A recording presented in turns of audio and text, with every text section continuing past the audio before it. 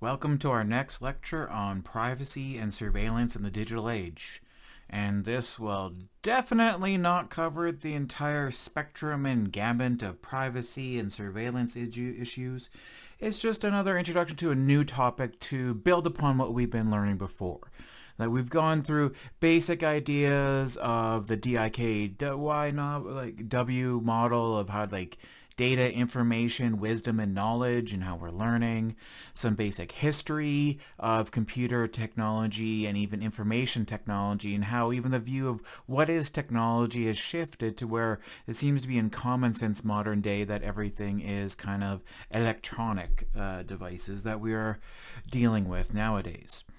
We also stepped into some academic views of technology, so dealing with that technological determinism and the social construction of technology. And before this, we left off with a discussion about ethics, something about ethics in technology, which is, a really good leading point into the idea of privacy and surveillance, because this is a realm where ethics definitely plays a role in technology, and even how technology, so the technological deterministic aspects of it, have kind of shaped privacy and what has privacy become nowadays, and then how is it being shaped by the social groups and their interpretive flexibility around what is privacy and surveillance, and how much do we give up of our personal privacy and allowing for surveillance for safety.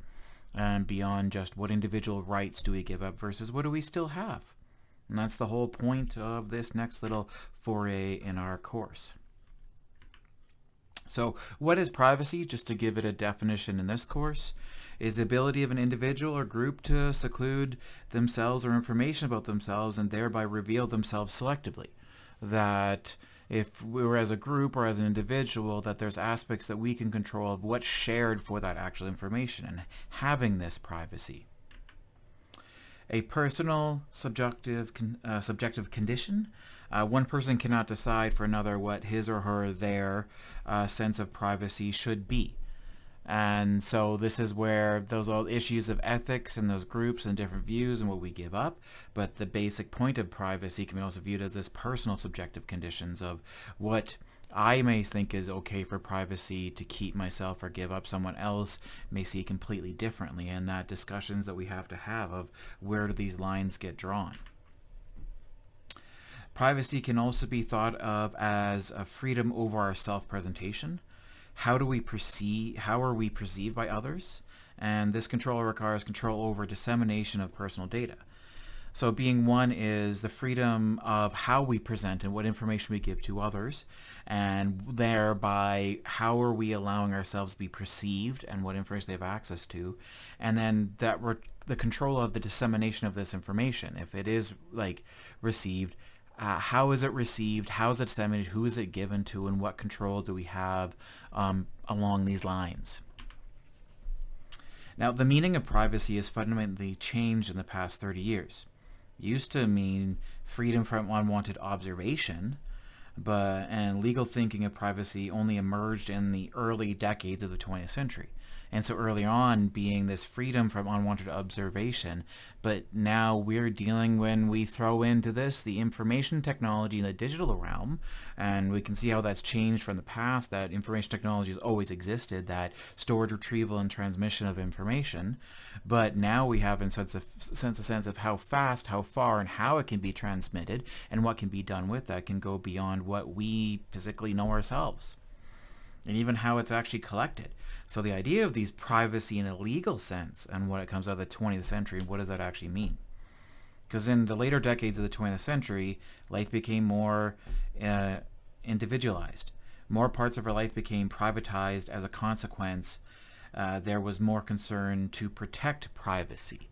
And what do we need for that as we're being surveilled, as new technology comes into play, as our information becomes such an important thing about us and our control of our identity beyond physical privacy and safety? Where's our rights to our information about ourselves, about who gets the rights to collect that information and what they are allowed to do with it? So emergence of computerized database systems in the 60s and continual growth into the 70s led to brand new conception of privacy, namely protection of personal data. more common now due to the rise of the internet. And we're just used to this nowadays. It seems common sense, the idea of that personal data, that identity theft is such a thing now, that it's always existed way back in the day, but how it's so important now and what issues that has to us, where again the technology is shaping us and our culture itself. And now with the rise of the internet, and we expect these databases. You guys in BCIS and CS, even versus others, is the information, our information is in these databases, in these programs, on these machines. And who has access to that information? How secure is that information? What happens if it gets out? What can people do once they get this information? And how did they collect that information? And that becomes part of ourselves. So how is our how our privacy is affected? You know, we have things of like physical privacy and information privacy now about this. Is that physical privacy to our physical bodies, our physical spaces, and having the control and access to that, just as people having access to turn their cameras on different spaces, versus information privacy and what was done with that. Again, how is the information kept and collected and what is done with that? Now, again, our privacy is affected by things like crime. You have then within a realm of that being cybercrime, being a component of this as well, of being now that online technology, that information. And you have the whole realm of unsolicited activities that may not be crime, but may overlap with these actual concerns per privacy. And so where even these unsolicited activities that are also then done online within the crime and that cybercrime and done online, and this gathering between all of them. And then how this all overlaps continuously with everything that we're dealing with here now. The physical privacy and information privacy overlapping with realms of what happens within crime and our safety to our physical body and spaces, from right here to cybercrime and our information, to unsolicited activities that are actually done again from physical privacy, and also overlapping with information privacy. Now, where our interests are immediately violated over the internet is with cybercrime and our information privacy and what is done with that. But where our interests might be compromised via the internet is also in this unsolicited activities that are done online and having access to this information, or having some way of affecting our information privacy. Now, that's where we get on tonight, like the idea of online privacy and even how technology has shaped the new words that we have within our language, like online privacy. Go back 100 years, the term online privacy will mean nothing, whereas today it's common knowledge and built into us and how the technology has shaped us. And for us, it's something that it's becoming more and more and more important as we become so dominant to the digital information that is also part of ourselves.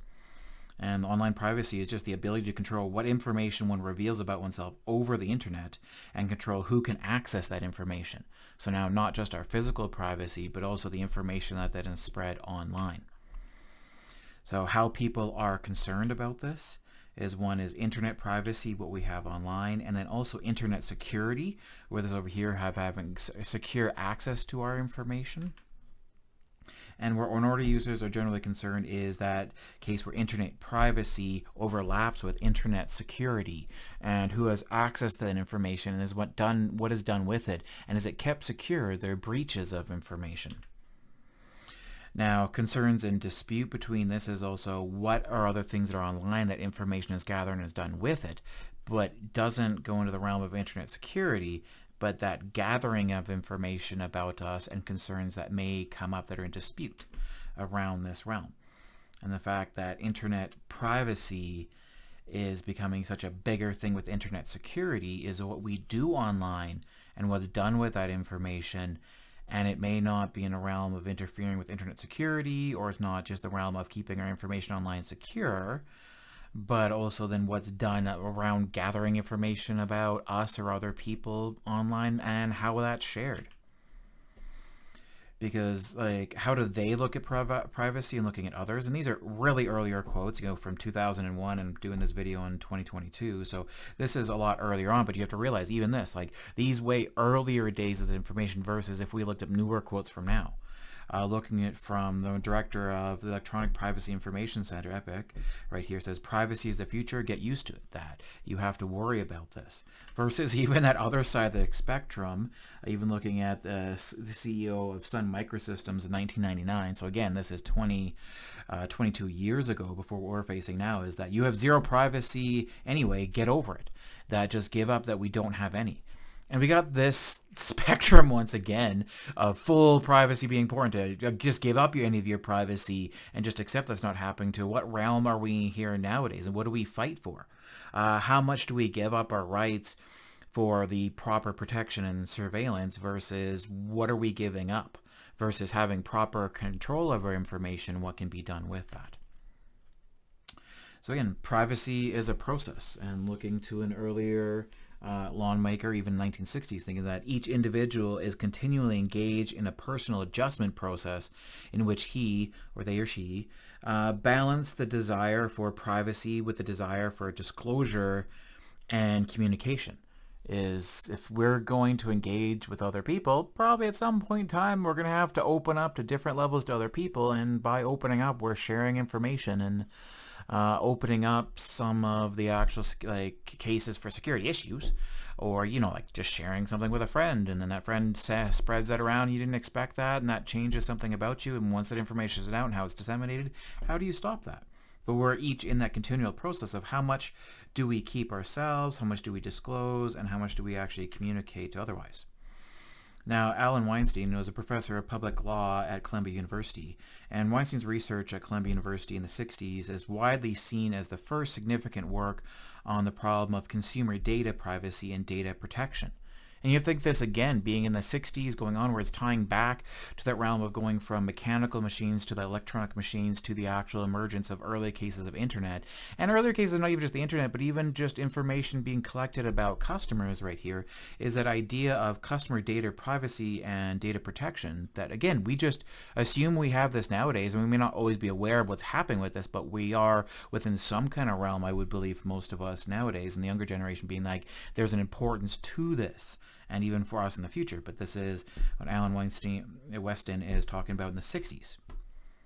Now, Weston defined privacy as an individual's right to control, edit, manage, and delete information about themselves, and decide when, how, and to what extent information is communicated to others.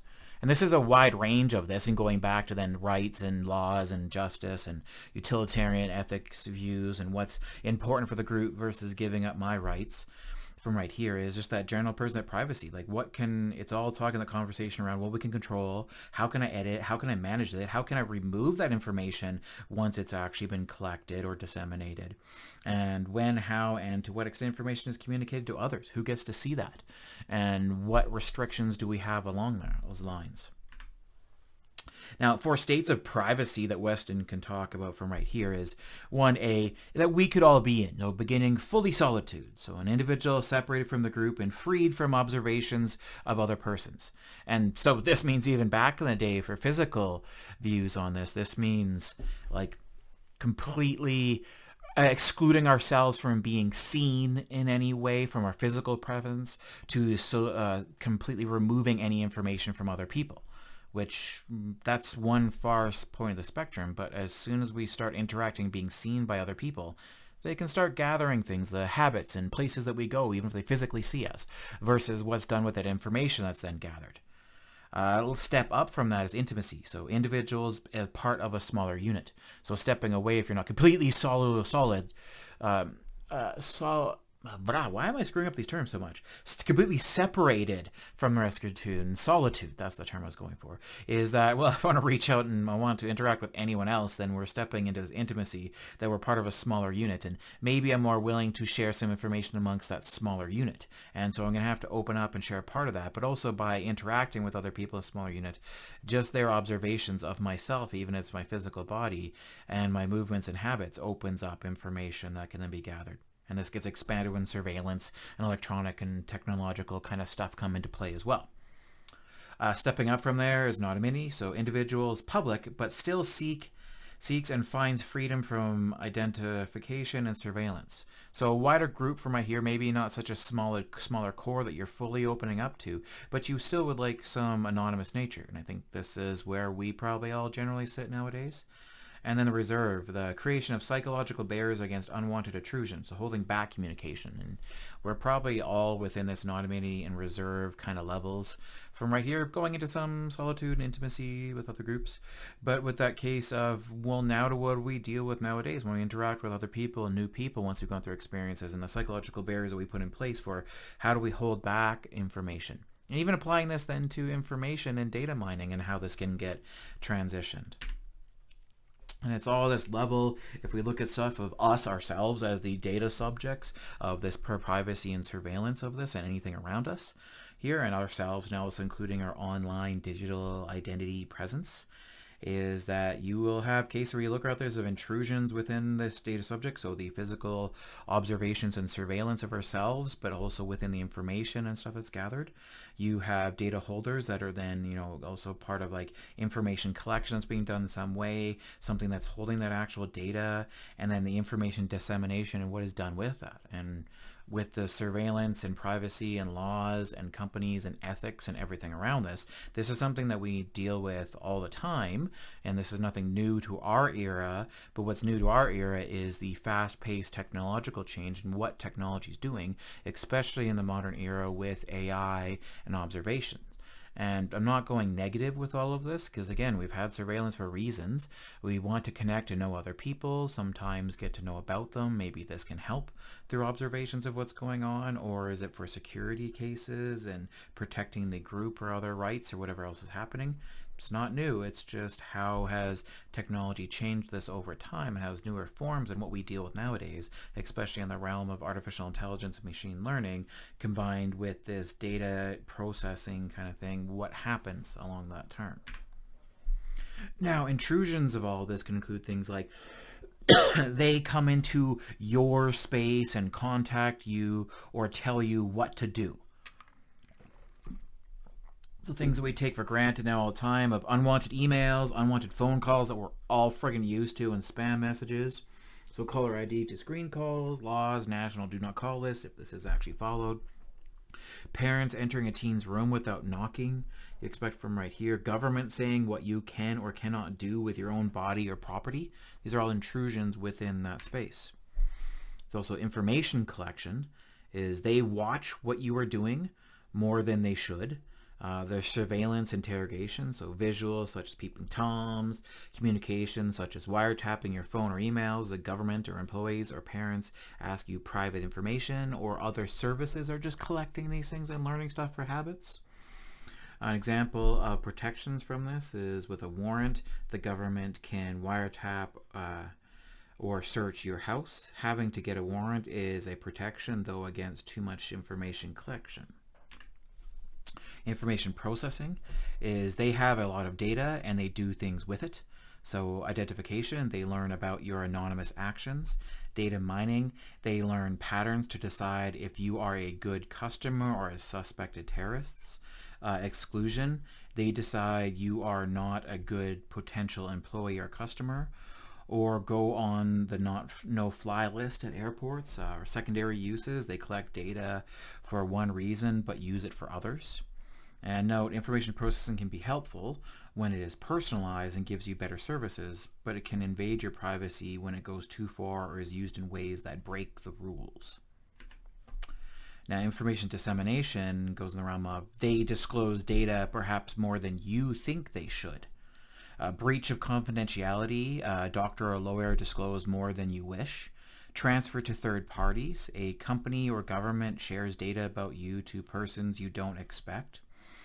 Public disclosure of private facts, an intimate photo of you, or disclosure of intimate facts. Disclosure of untrue facts, you are put in a false light. Or appropriation, they use your name or picture without your permission.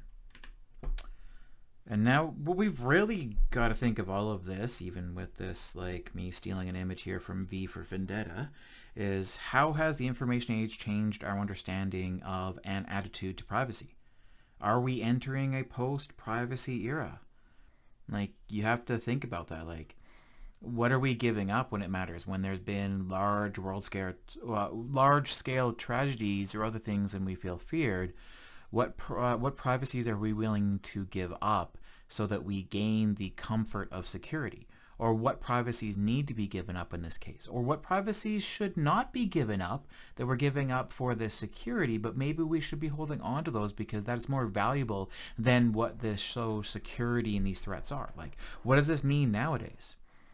And if we're in class, I talk about this, and we have a group discussion, and I most likely will every time I teach this. And I just want you to think right now and pause for a bit and think about that. Think about what do you see this as? Now, just to add a little bit more flames to the firing conspiracy, I just want to play a random video and take these videos with a grain of salt. These are the realms that could put you down the rabbit hole of crazy conspiracy theories, and realize that this is just one video that I haven't fully vetted, but just to give you an idea where some of it is actually honest, true things that have happened to think about when it comes to privacy and surveillance, and going into the upper group kind of, say, if we're looking at utilitarian kind of view of what's been best for the group to give up, what is right for the group, versus if we're looking at the good kind of ethical view, what is the best for the groups and relationships, and how does this break stuff down between the governmental groups and ourselves. But take into account, so watch it, take it with a grain of salt, and just think what pops into your head when watching this.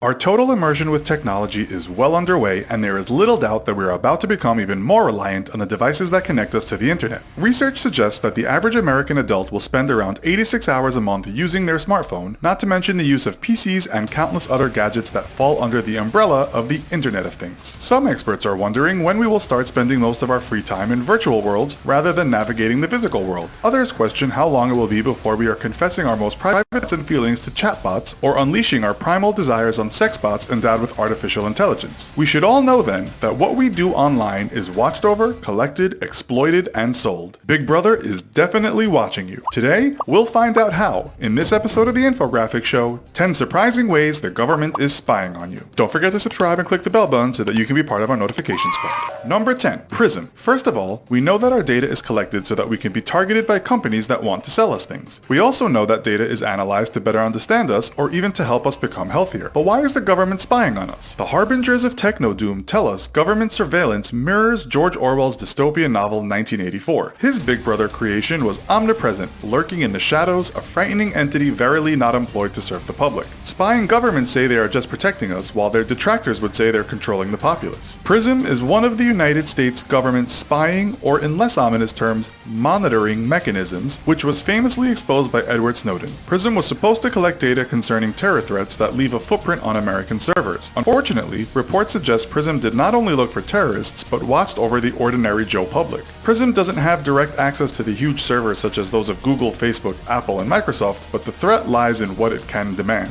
Number 9. Intercepts. In the words of Edward Snowden, if they want to get you, over time they will. Using something called intercepts, Snowden famously said the NSA can easily get your emails, passwords, phone records, and credit cards. Intercepts are basically spying methods, collection systems that run through telecommunications networks. It has been revealed that such systems intercept around 1.7 billion communications a day via phone, email, online chats, and texts. Number 8. Talking on the phone. One of Snowden's revelations was that most American telephone companies had been handing over people's phone records to the government. According to NBC News, the US monitors every single phone call that is made in America. But this isn't only happening in the US. Recent news reports tell us just lately the Kenyan government has demanded that communications companies hand over all of their data. The UK, where the fictional Big Brother was created, has often been called one of the worst surveillance states in the world. In 2015, it was reported that the UK's version of the NSA, the Government Communications Headquarters, or GCHQ, had hacked millions of phones by stealing encryption keys built into SIM cards. Number 7. Internet activity. Everything you've ever done online can be collected by the NSA's widest-reaching spying technique called X-Keyscore. It's basically a gigantic search engine run on over 700 servers used by the NSA in the US and in many other countries such as Australia, Great Britain, Denmark, Mexico, Spain, Canada, Japan, Sweden, and New Zealand. In 2012, it was revealed X-Keyscore processed and stored around 41 billion communications in a month. According to Snowden, if he was sitting at his desk, he could easily hack anyone from an accountant to a federal judge or even the President of the United States. Number 6. By literally watching you through your laptop or phone camera. Did you know that former FBI Director James Comey covers his laptop camera with tape? He also once said that in government offices, the machines come with a little flap that covers the lens of the camera that sits on the monitor. You think he's crazy? Well, Facebook founder Mark Zuckerberg covers his webcam with tape too, as well as his audio jack. Zuckerberg fears his laptop camera being hacked, and for good reason. The Intercept reported that the NSA can use a plugin called Gumfish to take over a webcam, while the Wall Street Journal reported in 2013 that the FBI can hack microphones and cameras on devices. Number 5. Watching you watch TV. Your TV could be monitoring what you watch and even listening to you. That is according to WikiLeaks documents that show us the CIA and British authorities had been hacking smart TVs. The documents explain that programs such as one called Weeping Angel could make your TV record everything that was happening around it, the audio at least, while collecting information on what you watch. Having a telly you can talk to might not be so smart after all. Number 4. Other connected devices. Did you know a smart sex toy maker was sued recently because it was tracking users' sexual activity without them even knowing it? This is perhaps not an area the government is wont to exploit, but other connected devices are apparently fair game. The US government has made demands that Amazon relinquish data recorded on one of its Amazon Echoes. Amazon declined, citing the First Amendment and privacy rights. Nonetheless, having the smart assistant Alexa in your home might be running the risk of opening your door to a government spy. Number 3. Closed-circuit television. There used to be a myth that in a big city you're never more than 6 feet away from a rat. That might not exactly be true, but it's probably true that you're never more than 6 feet away from the view of a CCTV camera. The UK is said to be the most heavily surveilled country on Earth regarding CCTV. The country has an estimated 5.9 million cameras, one for every 11 people. London alone has 420,000 cameras, while Beijing has a whopping 400,000 surveillance cameras. American cities follow on the list of most watched over cities, with Chicago, Houston, and New York all having what some might say is an inordinate amount of CCTV cameras. Number 2. Texting. Another NSA program, Dishfire, collects information from your text messages. Along with the UK's GCHQ, billions of messages have been intercepted on a weekly basis, while location, contacts, and credit card details have also been intercepted. The NSA called the program a goldmine and didn't seem to mind that information received was not from any specific dangerous target. Number 1. By being smarter than you. The recent global ransomware hack called WannaCry was apparently partly created with stolen NSA hacking tools. Government spying is hardly a transparent activity. Reports have suggested that the NSA coerces manufacturers to build exploits into their products so that they can be hacked. You think you have an impregnable firewall and the latest security measures, but what if you're using a product that was purposefully built with hidden flaws? It's a dirty game, this surveillance business. The NSA has been accused of hacking foreign banks, oil companies in Brazil, the Mexican government, businesses, and government leaders worldwide. They may even be watching you right now. Quote Snowden again, "Even if you are not doing anything wrong, you are being watched and recorded." So, what are some of the ways in which you safeguard your privacy? Let us know in the comments. And if you like this video, be sure to check out our other video called 10. So again, take a lot of that with a grain of salt for stuff that a lot of these are true things are actually done, but it just brings up the question about, like, are we in a post-privacy era that even when we have our privacy rights, are they being violated because those privacy rights are only good to one physical country? And if another country then spies and they're allowed to do that, and there's no then rights on then what they then share that they spied on us back to the original country, what does that actually mean? So just food for thought that we can have more of a discussion on if we're in person with this, or you can think about yourself. So again, like they mentioned a lot here of who is Edward Snowden, if you never had this, and there's more from this. And Edward Snowden was an American privacy activist and computer professional, former CIA employee, and former government contractor who leaked classified information from the United States National Security Agency's NSA in 2013. The information revealed numerous global surveillance programs, many run by the NSA and the Five Eyes, which is specific, you can look that up right here, with the cooperation of telecommunication companies and European governments. The Five Eyes, often abbreviated as Five Eye, refer to an intelligence alliance comprising Australia, Canada, New Zealand, the United Kingdom, and the United States. Now, Edward Snowden himself is a subject of controversy, and Snowden has been variously called a hero, a whistleblower, a dissident, a patriot, and a traitor. His disclosures have fueled debates over mass surveillance, government secrecy and the balance between national security and information privacy. Now, just a little video to sum up stuff about him, but what this brings up of this is happening in this era, and how like stuff like this has been happening for a very long time, but what happens now in this digital electronic realm, and what is privacy nowadays, and what does the term surveillance, and what do we fight for?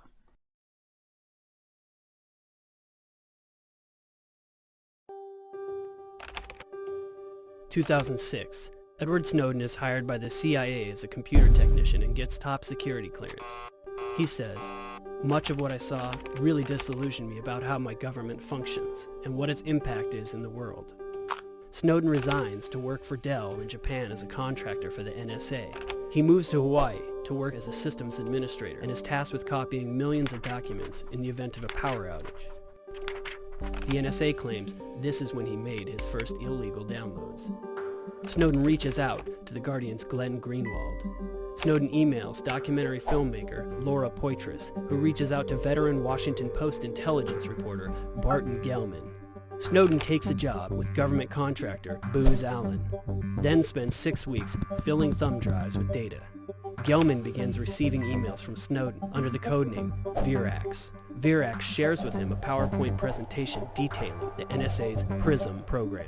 Snowden downloads the last of his documents and leaves work, traveling to Hong Kong with thumb drives containing thousands of secret documents. He meets with Laura Poitras and Glenn Greenwald. June 4th, the Guardian reporters filed their first article. The Washington Post runs Gellman and Poitras' story. The NSA figures out that Snowden is the leaker. Charged under the Espionage Act, Snowden leaves Hong Kong with a revoked passport and arrives in Moscow. Snowden is granted a 1-year asylum in Russia. At the South by Southwest conference in Texas, Snowden appears live via secured web telling viewers, "When we think about what is happening with the NSA, for the last decade, the result has been an adversarial internet. They are setting fire to the future of the internet. You guys are all the firefighters. We need you to help us fix this." While vilified by some as a traitor, Snowden sees it differently. "I took an oath to support and defend the Constitution, and it was violated on a massive scale."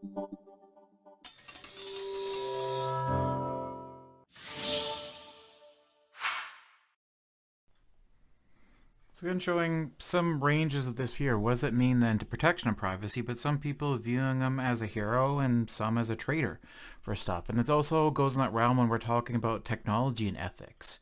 Because what ethics and rights was he following that they were trying to protect the country, but he's looking at Constitution and freedom and seeing that this was actually being violated and stepping over this line, and him making a choice that may be individual, but for being the other groups to betray this. And what he had to give up for this, and for what he even viewed as his own country, and where he is now, what it means to fight for this freedom beyond what we have with privacy in the government and so forth. So other people, Mark Zuckerberg from Facebook, and this is a much earlier quote, is the question isn't what do we want to know about people, it is what do people want to tell about themselves, and what information are they giving up?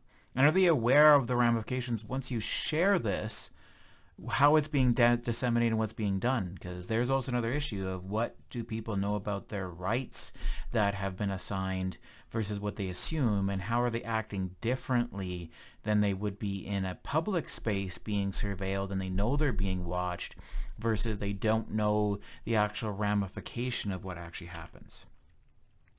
Going back to Marshall McLuhan, back to our TD kind of days, is publication is a self-invasion of privacy, which is that level that we say with Watson was talking about with, like, what do we share from ourselves and deciding upon that, and that adjustment process, and just publicly publishing anything that we create is an invasion of ourselves because we're giving something up by doing that.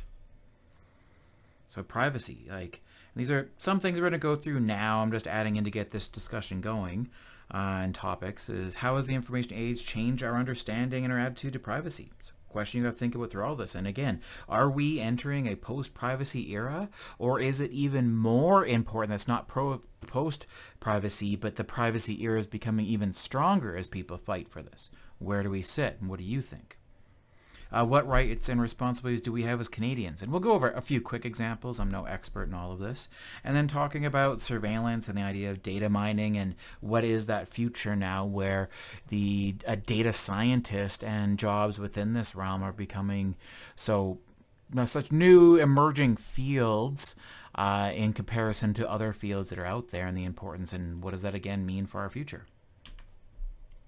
So personal privacy, so intrusions into your space or on your personal, so preventing unwanted viewing or hearing, etc. via clothes, house, rooms, and bathrooms. That's that personal privacy we talked about again, the physical one. And preventing searches or other intrusions to your personal or your property, so via rights and laws and normal things like that. But information privacy is the ability to control information about oneself. So medical and financial information is usually considered private. Political information such as who do you vote for, shopping habits, whereabouts, like all that stuff. It's all in the realm of information privacy. Now, another question is privacy a right? And remember, that's a right is something that we expect, which is then a duty that's placed upon other people. We talked about with ethics, but then there's also the legal ramifications and the justice kind of lens. Is the entitled is it like entitled provided by the state and protected by legal code?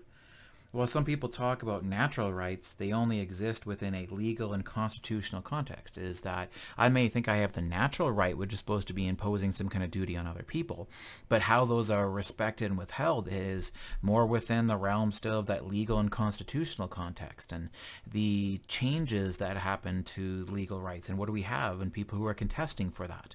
And what's done is that I may think I have that natural right, but it's got to be upheld at some point in time within the actual group, and a lot of times this is held within public opinion realms, but also really within the realms of what are the legal laws and the powers that back up those actual laws to enforce them. Now, a few examples of privacy things that we fall under, and even within the school itself, is earlier things like, and this is within Canada, is the Privacy Act of 1983, the Alberta Freedom of Information Protection Act, so FOIP, which you'll hear about a lot more in school, so the freedom of information and how it's disseminated, Personal Information Protection Electronic Documents, and even the Alberta Personal Information and Protection Act of 2004. So these are just some earlier examples I wanted to pull up and go to other ones. So things like the Privacy Act of 1983. So it defined how the government of Canada could collect, handle, and protect personal information. Why is this information needed? How is it to be used? Will not disclose without person's consent, and person can find out what information the government has, and there's a privacy commissioner that's attached to this. FOIP itself defined how public bodies in Alberta collect, handle, and protect information similar to Privacy Act, and MRU is covered under this act. It's why even, say, me as a teacher, I have to be careful the way that I disseminate and communicate grades to you and other people. That what I share, I can't openly share your grades without your rights. And if I do, or if you know of another teacher doing it, they have broken your rights, and this is legally backed up by the FOIP, and contentions can be done. There may be violations that go unchecked because people don't even know that, hey, this is something you have to be careful about. I can't go and suddenly post up everyone's grades with their names so everyone shows it. I shouldn't have it where you have tests out and display where people can see it until I give it back to them and they can individually decide to share that information. And I can't communicate it to other companies without given consent from the actual person. So if I am contacted, and this even goes in the fact of being parents that may be legal guardians, is that as adults, you have that right to that information, so unless you give me consent, I can't communicate that with others, and that I should respect that. Now, PIPA here and PIPIDA extended privacy legislation to the private sector. Again, only legitimate information is collected, information must be safeguarded, information must be provided when asked for. But we go into other realms in Canada. I'm still with them some older examples because I'm not an expert on this. You can keep digging it more within the law and criminal area. Is looking back to like in 2015, the Anti-Terrorism Act. So this was referred to generally as Bill C-51 before it went fully through. And the Anti-Terrorism Act 2015 introduced the commonly referred to as Bill C-51 is an act of the Parliament of Canada passed by the Harper government that broadened the authority of Canadian government agencies to share information about individuals easily. It also expanded the mandate of the Canadian Security Intelligence Services, so CSIS, and was described as the first comprehensive reform of its kind since 2001. So it meant what information between different services could be shared, because there was protections before that. Information could be collected by one body, but couldn't easily be shared to others. So medical history to other things that information were collected. But now under this act, which was brought on by, I'm guessing from that, like the 9/11 and other cases of terrorism at this time, is it opening up the case for people wanting more security and what was required to deal with this in this realm for nowadays, and what was it needed to actually have the security in place. So things that it did was like easing the transfer information between federal agencies, so including confidential data in the hands of Passport Canada and the Canada Revenue Agency to better detect and act upon threats. The measure applies to activities that undermine the security of Canada, while granting a specific exemption for lawful advocacy, protest, and dissent. It also amended the Security Air Travel Act to make it easier for authorities to deny boarding a plane, for example, to a would-be traveler heading to Syria to join Islamic State militants or whatever from right here. And this goes into other realms as well, but we're dealing with 9/11 era here and mass hysteria in some cases, to also valid concerns for security. Also here is it also gave new powers to Canadian Security Intelligence Services to disrupt threats, such as providing more information to would-be terrorist family and friends, interfering with a would-be terrorist travel plans, or intercepting weapons intended for terrorist use. The new powers would be subjected to judicial warrant along with ministerial approval in the more extreme cases. And it also, it does much that you can go more and more into the things it did, but things like amending the Immigration and Refugee Protection Act by making it easier to protect classified information in immigration proceedings, including attempts to remove non-citizens on security grounds. Now, concerns that came up with it is that it gives the government too much discretion to pick and choose which individuals and groups to target for further scrutiny. So what defined this terrorism and their rights to go after these groups? It will allow government institutions like Health Canada and the Canadian Revenue Agency to share information about you with the RCMP that before this case they weren't even allowed to do that when they had access. So a change in the rights of the way this information is actually disseminated from different cases, and then what will they actually do with this? And it would give CSIS the power to act like a police force while still allowing it to operate secretly as an intelligence gathering service. So what could it do? So I'm not going to go into the more depths of this, but just examples of things changing what was done and the rights, and then this surveillance, privacy, and what comes into play when it becomes the legal ramifications and how they're actually changed. Now, for a little bit of humor going from back in the day, I just want to play this video. And this is a much older one talking about this. Is from, again, 2015.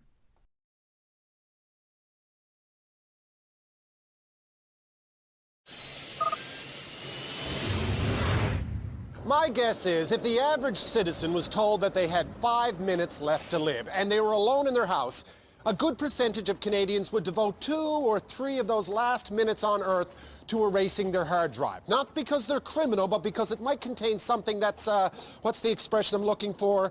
Nobody's business. And that includes the Minister of Public Safety, Vic Taves. Now, Vic's a nice guy, but he's got this thing. He likes to peek, or at least he wants to peek, into your hard drive. He wants to be able to get your computer's IP address without a warrant. He wants all of your computer online traffic recorded. It's his thing. Now, Vic says it's no big deal. It's like a phone book. Now, I trust Vic, I do, but I asked a computer geek friend of mine, and he says, no, it's nothing like a phone book. In fact, it's like a fingerprint, except it's a fingerprint that can tell Vic how much money you make, what you read, where you get your news, what you say to your best friend, what turns you on, and how you vote. Gee, is that all, Vic? Because that makes me uncomfortable. Now, Vic says we have a choice to make here. We can side with the conservatives and let Vic peek, or we can side with the child pornographers. Now, unfortunately for Vic, he forgot one very important thing.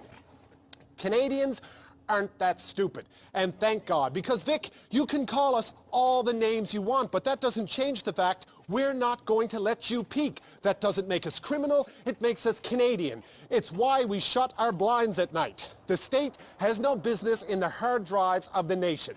You want to peek, Vic? Convince a judge, get a warrant.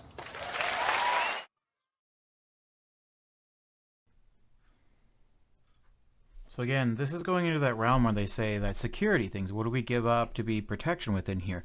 And what realms where this can be abused beyond that with information nowadays, where this is now not like, and this is going from earlier days 2015 now to 2022, of the views of what people view as that rights for information online, and that the internet and our traffic is not just a phone book to look up stuff. It's a fingerprint that represents us and our actions and can open up and access like all these little different data points is like being surveilled. It is how we're being viewed, how we're being watched. And what rights do we have around that? Like, some of us may be willing to give that some of that information up, some of us may not, and would want that to be kept private. But we should all have that individual right, is that we understand what is being collected and what is being done with this and the ramifications, and having our freedoms along these lines. And just having a conversation about this when it comes up with technology. So I'm just pulling again, I'm no expert, but I wanted to pull in a more recent to this term, especially in February. Well, I keep saying February, actually. It's March. Oh my God. Do I even know what era I'm in anymore? It is March 14th, 2022 when I'm recording this. But the more recent things that have gone on, like the convoy protests and then the Emergency Act being engaged. And what does this mean? And right now I'm going to the realm of more of the laws, but the fact that some of these laws change different things of surveillance to protection and what was being done along these realms. And so I thought I'd just bring this in right now so we can have more discussions in person. So not much dialogue can happen through this video because it's one-sided as I actually talk, but for you to think about this. And in class, when we're doing this, I'll talk through it more. But I just wanted to go through the idea of bringing in what is the Emergency Acts, that it was brought in to deal with the Canadian government as a way to handle some of the actual convoy protests. And where did it actually come from?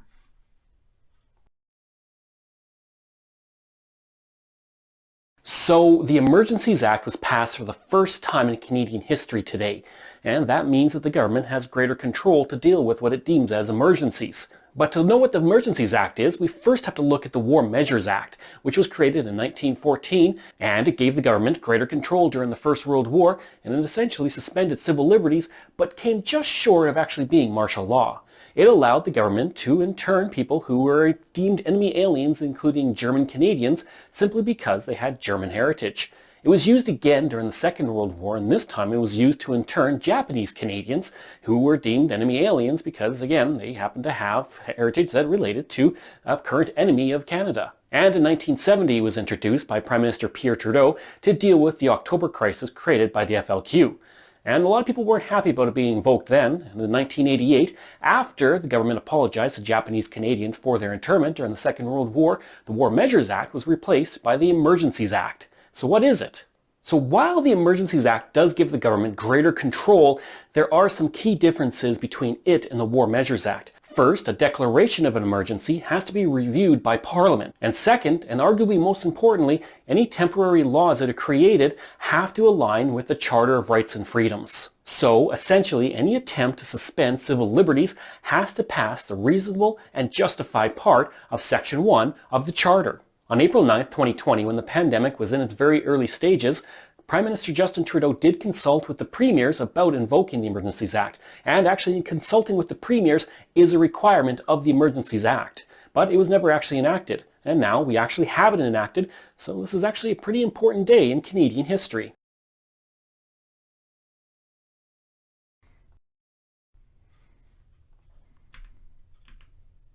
Now, I'd open up this. Now, we're going beyond the privacy and stuff, and this is the Emergencies Act and what it actually does, but it opened up the idea of online information access and then control and surveillance, and then how is this actually being used, and the changing kind of laws around it.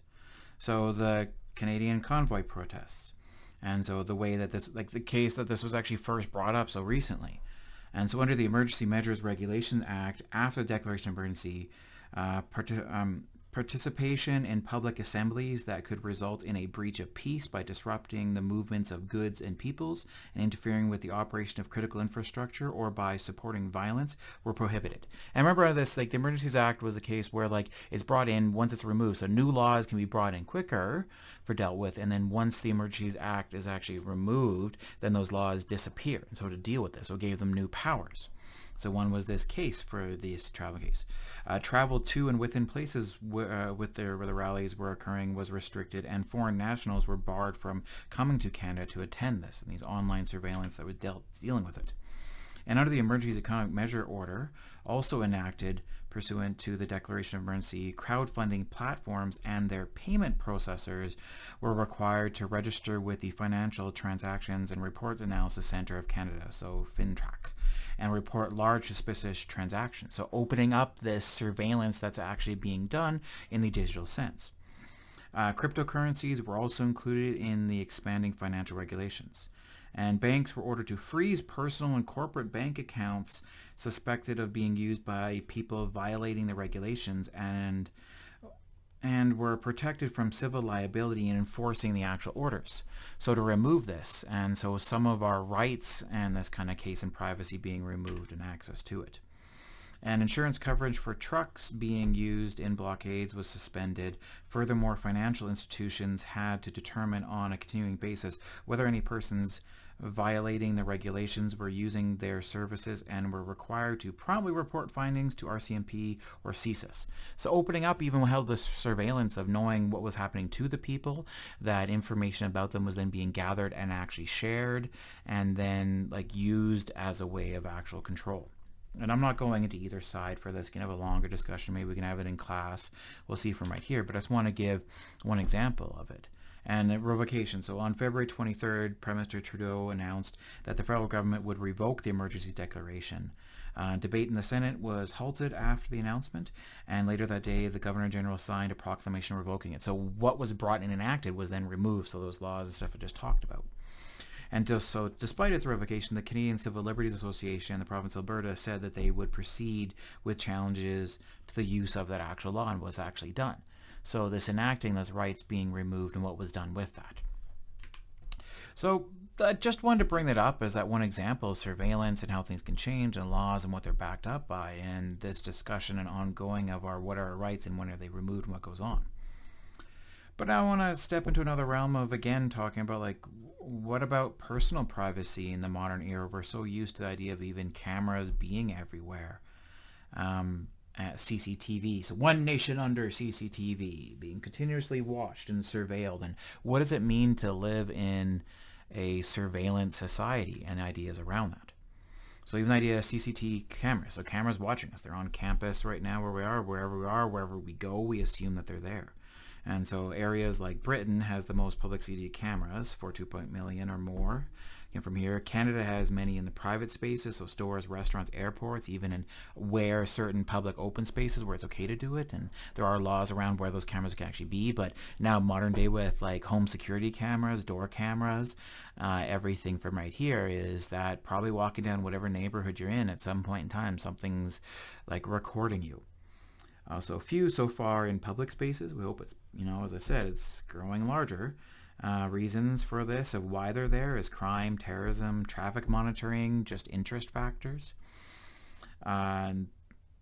Beware of function creep, what's being added onto those. You must have a sign, but most of us now, just to deal with our day-to-day, are ambivalent to it to some point in time, but we do have in the back of our head sense that this is there, that this is happening.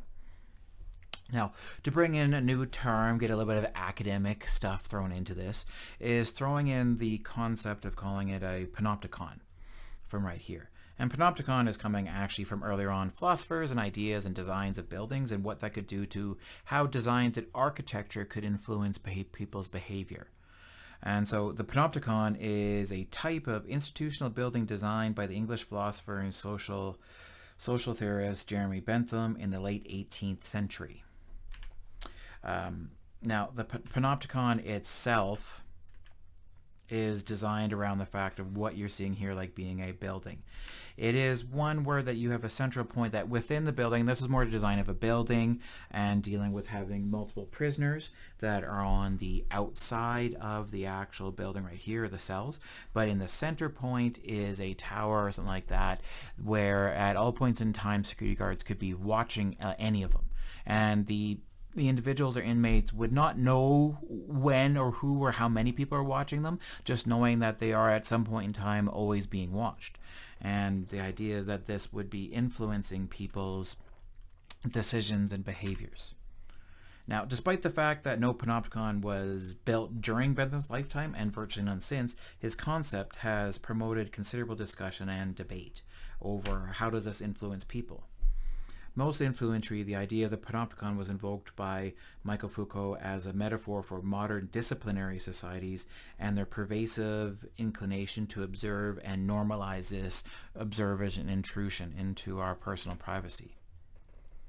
The Panopticon is an ideal architectural figure of modern disciplinary power. The Panopticon creates a consciousness of permanent visibility as a form of power where no bars, chains, and heavy locks are necessary for dominating anymore. Is that we presume that we're always being watched, and what does this mean when we're always being watched, and how does that then influence people's behavior? Again, going back to that technological determinist thing of like knowing that we're being watched, the technology being around it, and how does that then influence how people act and what people then expect from this, and what does it do? From right here. Foucault proposes that not only prisons, but all hierarchical structures like the army, schools, hospitals, and factories have evolved through the history to resemble Bentham's Panopticon of what we have for schools. What are traditional things like exams and what's being expected by exams, of the teacher being the watcher and the students and what's going on within this, to other realms of everything. So, building on Foucault's contemporary social critics often assert that technology has allowed for the deployment of panoptic structures invisibly throughout society. So things like surveillance by CCTV cameras in public spaces, an example of a technology that brings the gaze of a superior into the daily lives of the populace, that we're used to this. Or we're used to our information being gathered and being used in some such way, or maybe we're not, and we don't know this, but we're being surveilled in this realm. Similar critics and analysis of internet practices have suggested that the internet allows for a panoptic form of the observation. So ISPs are able to track users' activities, while user-generated content means that daily social activities may be recorded and broadcast online.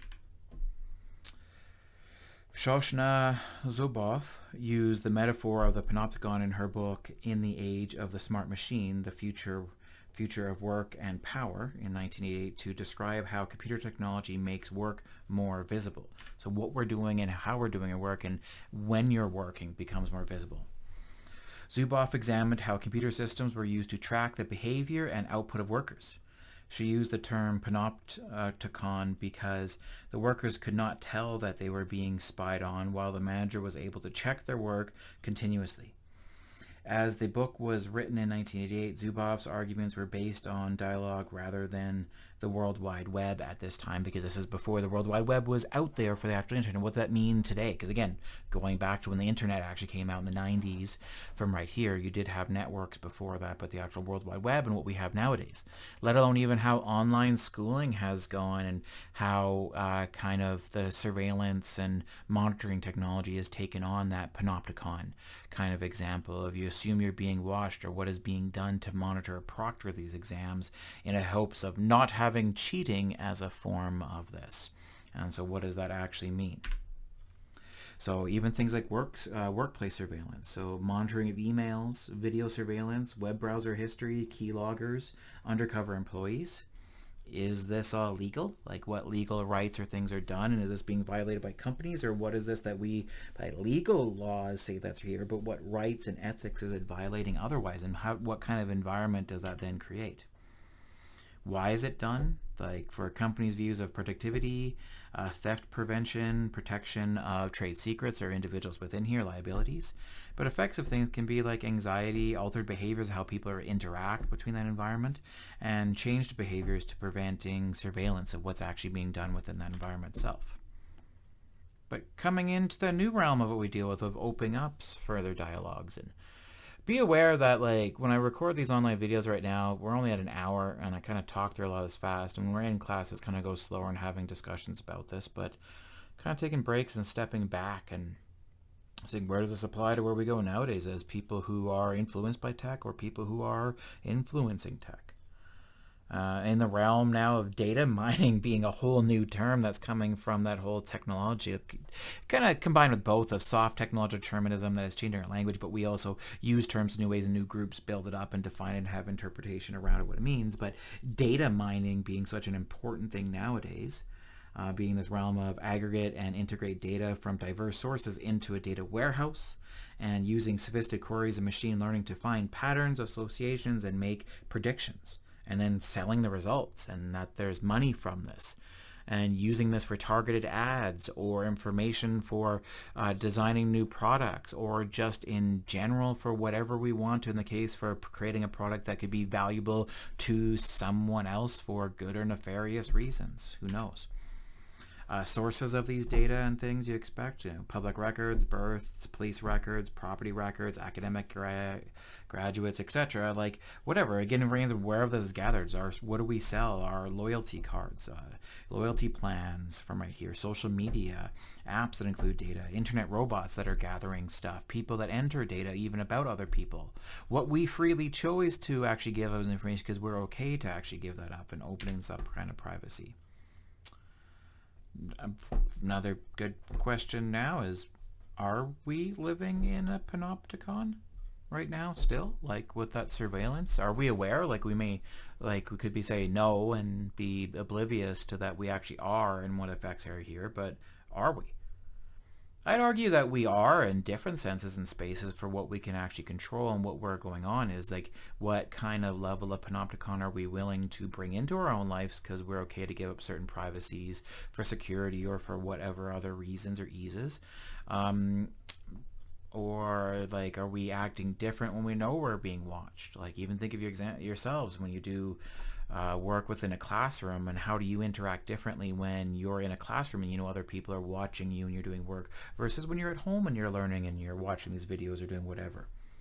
It's a question that we'll discuss more in person, but you should think about yourself, like, are we living in a panopticon?